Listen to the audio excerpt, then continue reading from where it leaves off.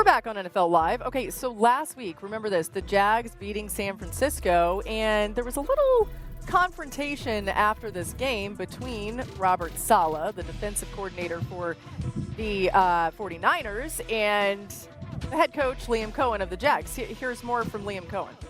Oh, it was not a big deal. Just keep that between us. One more on that one. No, I'm going to keep that between us. So you didn't? No, just going to keep that between us right now. That's it. Whatever happened on Sunday doesn't change how I feel. I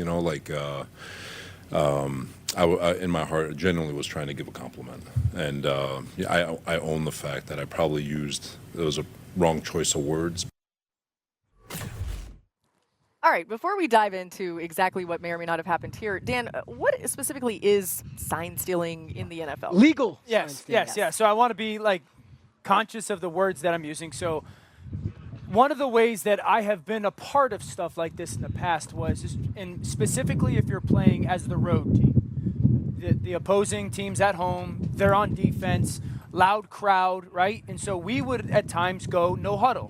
One of the reasons we would do that was we would get up to the line of scrimmage, crowd's going crazy, going no huddle. We would get lined up into a formation, and then we would try to see if we can get signals from the nonverbal element by the defense or a defensive signal caller of oh, we're in 2-by-2, and I see the secondary going like this to their quads. That means, well, it's probably going to be cover 4. And so then do we have enough time on the play clock to then get us into a cover 4 beater when it comes to a really good pass concept that could be the perfect play to attack that coverage. And so I think that's a lot of the stuff, at least that I've been a part of. It's not this unbelievable cheating stuff where you're studying tape on film. It's more of no huddle. What do we see that we know is their go-to? Okay, can we take advantage of it? I think a lot of people were surprised that Liam Cohen was so upset with Robert Saleh, so much so that I started texting NFL sources and saying, did he overdo it there? Because you didn't see it in the clip. He goes after Saleh and says, keep my name out of your mouth.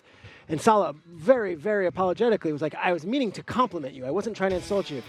I didn't realize just how much of a trigger the term sign stealing is amongst the coaching community. Sure. For Liam Cohen, there's another part to this.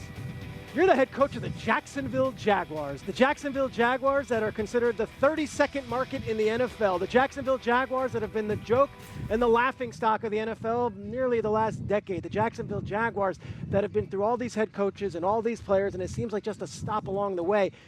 At 3-1, coming off their probably the most significant win in years, Liam Cohen wanted to show his young team, we don't take that from anybody. I don't care how big Robert Saleh is. I think it was two-pronged. I do think he was insulted. His dad's a coach. He's a coach. That's a word you never want to hear. That's an ethical thing. Ethical thing. And the second part, there was a little WWE to this. Hey, I'm going to show my guys, my players, we don't take that from anybody, even the big bad 49ers and Robert Saleh. Yeah. It's interesting. In talking to the Jags this week, Liam Cohen said, look, I have a lot of respect for the 49ers and for teams like this that are in the upper echelon of the NFL. He's like, that's who we're trying to be. And he didn't want that to get misconstrued, right? He didn't want all of this to maybe be communicated the wrong way. But the one thing that he did say as he was going through all that, he finishes it up by being like, and we're not the same old Jags anymore. And I was like, that's it, right? Like, he wants to show. It's got to be an all-the-time thing. They're all buying into the tone that he's setting. It's been incredible to see. This is a great opportunity for them tonight in prime time against a team like the Chiefs, who everybody knows. No matter who's on their roster, they can be really tough. He's 39 years old. His offensive coordinator, Grant Udinski, is 29 years old. The defensive coordinator is 40. The GM, James Gladstone, is 34. They're a bunch of kids. Yeah. And they're 3-1, and they're excited. And you know what? You're not going to talk down. And the nation is looking forward to you hosting Monday Night Football tonight because of your success. Good point, and a credit to Liam Cohen for all of that. All right, let's get back to more of the action from Week 5 on Sunday. The Texans and the Ravens getting ready to go. That's where we're going to pick it up. Of course, Lamar Jackson is out with a hamstring injury, so pick it up in the second quarter. The Texans lead 10-3, and Dan, C.J. Stroud finds Nico Collins. Well, this is something that we saw a lot of yesterday, was the connection between quarterback Stroud and then Nico Collins. I really liked what Houston's offense looked like yesterday. Granted, Baltimore's defense is a struggling unit. Yeah, Cooper Rush there, picked off by Jalen Petrie. Jackson watching from the sideline. Let me say this. The best unit in the NFL that we don't talk about enough, Houston's defense. Good point. Early fourth quarter, Texans lead 34-10. Stroud connects with Jalen Noel for the Texans touchdown. He needs the ball more. Houston, that young man needs the football more. What do you think of the Ray Lewis in their building? It's gutsy. I want that. Ravens lose this one. The Texans win 44-10, and Ravens head coach John Harbaugh not happy post-game. I don't think we played well. I thought we would play better. I thought we would tackle better. I thought we would just play our run defense better than we did. It was not up to standard. I mean, we had good enough players out there to play a lot better than we did. Just a complete disappointment, and we're going to have to find a way to turn it around, figure out who we are this next week, and then into the bye and after the bye. We're going to have more than half the season left, and we're going to have to find ourselves. Mina and RC, what does this Ravens defense need to do?